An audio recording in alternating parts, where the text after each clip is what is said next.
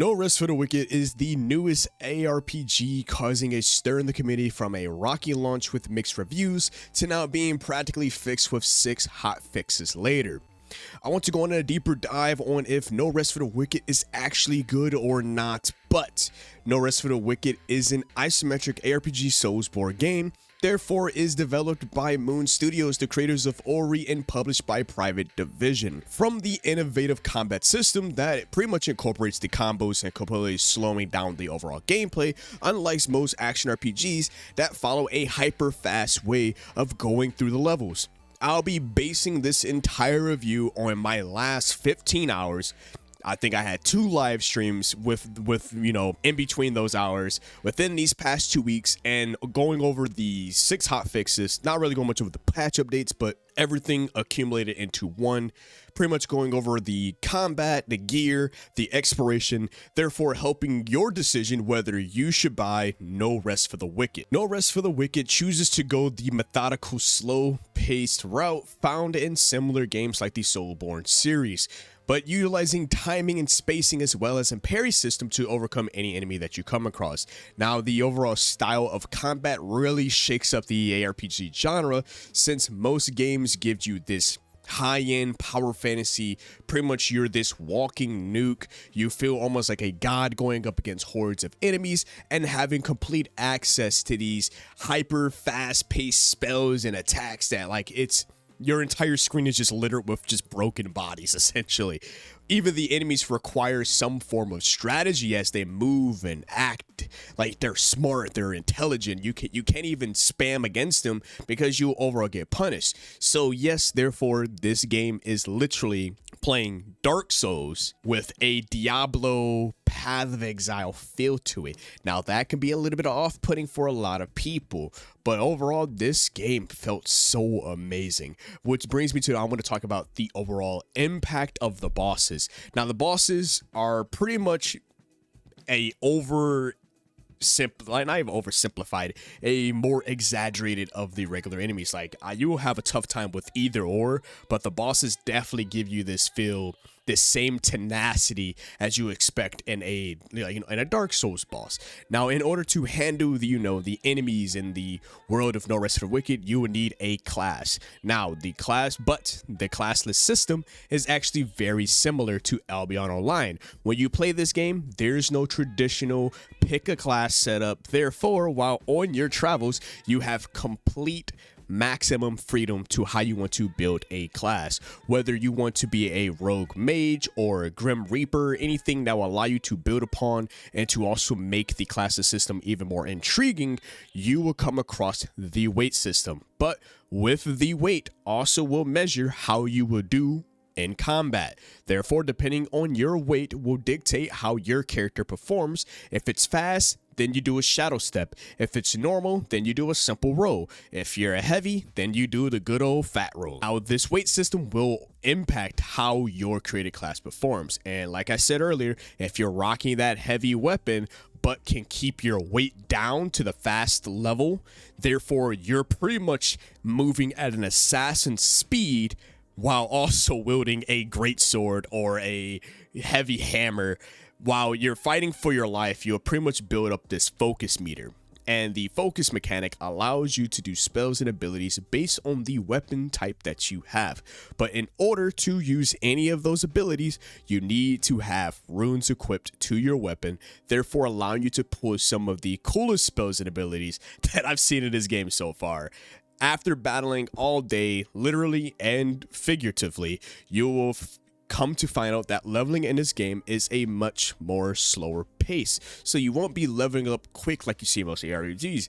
And within the first 2 hours, you're probably already damn near halfway through the game, or you definitely have leveled up. This takes it almost to a crawl. You really have to grind out those levels. At the time of writing the script, though, I'm only level 16 and I've spent about 15 plus hours playing No Rest for the Wicked. You'll notice that when you level up, you can pretty much improve your attributes to help build your character, but there is a problem.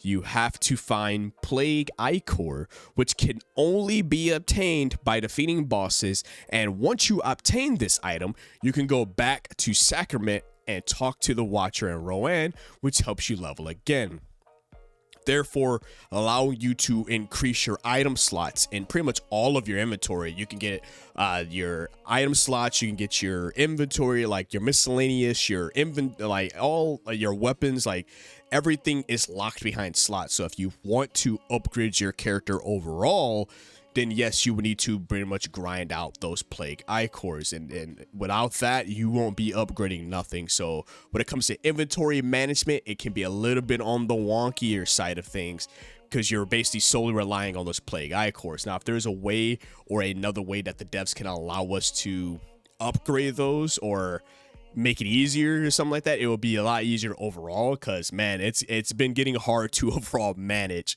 all of the resources that you obtain. And outside of fighting, in between battles, you must work on your gear and crafting, which, like I said, with that inventory management, the crafting and gear pretty much needs to be at a it's interesting. So let me talk a little bit deeper into it. You must have some very good gear, which brings me to how weapons are treated in this game. Each weapon has a different moveset to help you against the threat, and in any action RPG fashion, you'll know that there's a variety of different tiers of gear, like common, uncommon, epic, and legendary weapons. The devs really worked on making common weapons still be relevant even in the late game by giving them different perks that really help out the player, and the gear is quite interesting in this game, but that begs the question, how does gear work in No Rest for the Wicked? Therefore, we have our common, uncommon, epic, legendary gear, like I said. Now, when it comes to enchanting your gear, you can essentially turn common gear into uncommon gear. Enchanting allows you to essentially ascend whatever gear that is, at that given point to upgrade it to the next point. Uncommon gear gives you a buff on top of a gem slot, while common gear gives you no buffs, but you get 4 gem slots. Therefore, depending on the purple gear, it will give you buffs and a debuff, which has its side effects. Like, you get a lot of great stats, but there's like that underlying tone of like, damn, my health decreased by 28%, or dang, my stamina has now this, or if I die, I now lose XP. If I die, I lose gold. Like, it has its risk and reward for the purple gear, and I've only seen this type of reward on purple gear. So essentially, if you want the best that you could possibly get, then you must use like legendary gear, common or uncommon, because I haven't really felt the need to use purple gear because of some of the overall debuffs that I got rolled with. Of course, my gear will be different from yours because everything is so randomized. Now, legendary gear is actually strong as hell. They come fully kitted out with runes. Since I've only found legendary weapons, but not actual legendary gear, but throughout your travels, you will come across opportunities that will let you chop down trees, mine ore, and as well as just picking up random like materials and mushrooms. You're going to definitely need those to be able to further craft anything. If you want to upgrade your gear, you need to be out in the world and gathering resources to bring it back to your enchanter, your armorer, and have them overall upgrade. Therefore, doing this will allow you to craft your healing items, upgrade your overall well-being. But how do you actually upgrade and make your gear overall better is by helping rebuild the city of Sacrament. Now, like most action RPGs, there is of course your hub areas. Now, to rest that, which is called the Sacrament. This is where you could talk to most of the NPCs in the game, you could shop, you could upgrade your gear, etc, etc. You can also further improve this town as well, so you can go out on your travels, gather materials, come back, talk to your boy Danos, then he can be able to help you out. And, you got your building projects. But when you first come into Sacrament, you will see that it is pretty much just bare bones due to how poor the city has been getting kept together with the mayor, Winokur. I think he's a mayor, something of that nature. He's in charge or the leader of the town.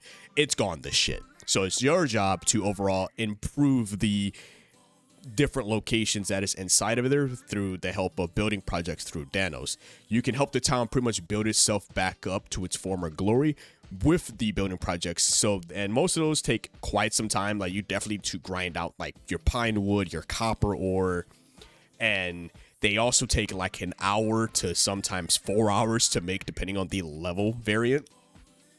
Now, I definitely wish that the timer was definitely a little bit there, but I mean, I get it. The realism is definitely there. Like, oh, they can't just build this like in a snap of an instance. Like, it definitely takes time to build these. So the realism or the actualism is actually there. But you also get housing, which you only can really get up to a specific point in the story. But Jesus Christ, they're expensive. At the time of me writing this, they're like expensive. Like, they're asking for 30 silver off rip, or 25 silver, something of that nature. It's crazy. Now, I did look on Twitter. The CEO, he already have stated that he wanted to actually reduce the pricing for housing. Because I'm like, bro, there's no way like I can just gather 30 silver, and especially like I said, I'm at practically end game. But I'll talk a little bit about that later. But there's definitely to be something done, because with the dailies and the small quests that you get, that you can do to help out, it's not enough to truly grind out 30 silver when they only offer you 1 silver per quest. And at the time me making this review, I'm like, dude, there's no way to, like, I would have to grind, and I say grind out to get housing. But overall, I open up the inn that you can actually get, which will allow you to sleep. You can get well rested once you log out.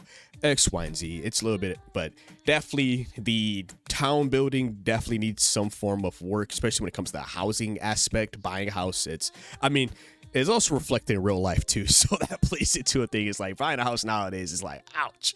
But overall, the sacrament of the building the town back up to its former glory is actually a very fun thing to look at, and very fun addition to the game. It feels different from most other action RPGs, and I can see the vision that they're trying to get at, especially when they start like adding multiplayer into the game, and they further build upon the roadmap.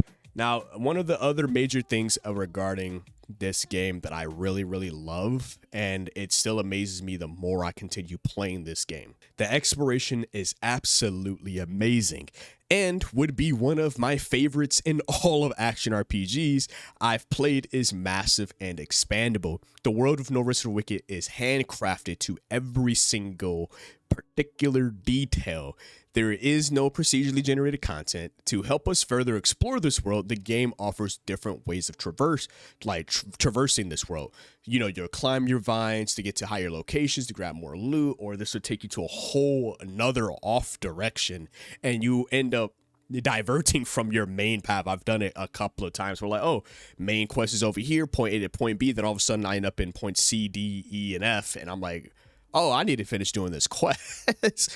And I love when games do that. Like, it's not like you're forced to do it. You could easily just go from point A to point D and call it a day, But I will hold against just going straight, because the game offers a couple other things as well, which really helps add the experience to when it comes to overall like how people gain items and builds. When it comes to crafting, the visuals look dark and grim, and with this hand painting style to the game, it really makes it one of the most visually appealing ARPGs I've seen in quite some time. The cutscenes look phenomenal, and I'm almost not too surprised, since the devs created a beautiful, stunning side scroller, Orii. If you go into this game thinking it's linear or horizontal in a sense, you would be greatly mistaken. That's due to the reason that this game has the massive verticality. It has almost this Metroidvania-esque to it, and it's not super Metroidvania, but like you can definitely tell it has that like it's been ripped straight from Dark Souls. Once you go into one direction, you can be able to kick down a ladder that will make your life easier, so you can actually make your shortcuts faster.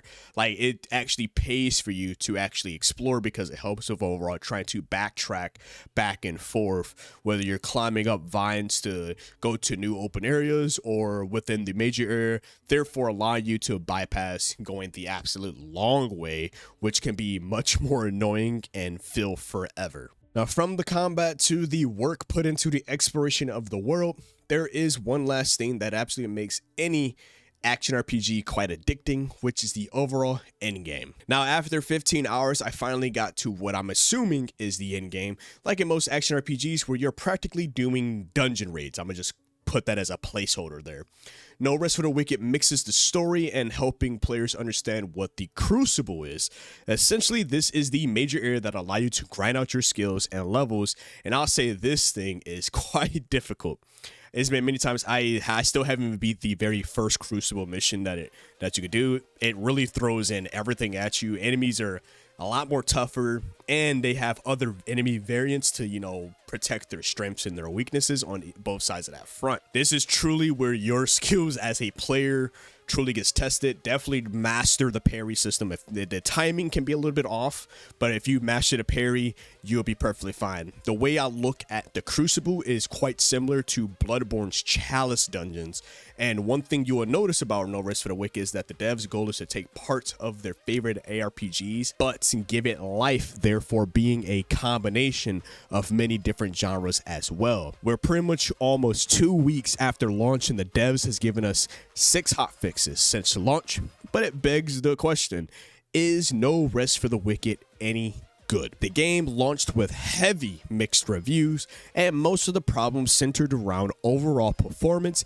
issues, but the devs really love their community. Therefore, we received 6, and when I say 6 hot piping right off the press, banger hot fixes to help improve the game is now sitting at a mostly positive review score on Steam, and is currently sitting at a price of $36 whopping whole dollars.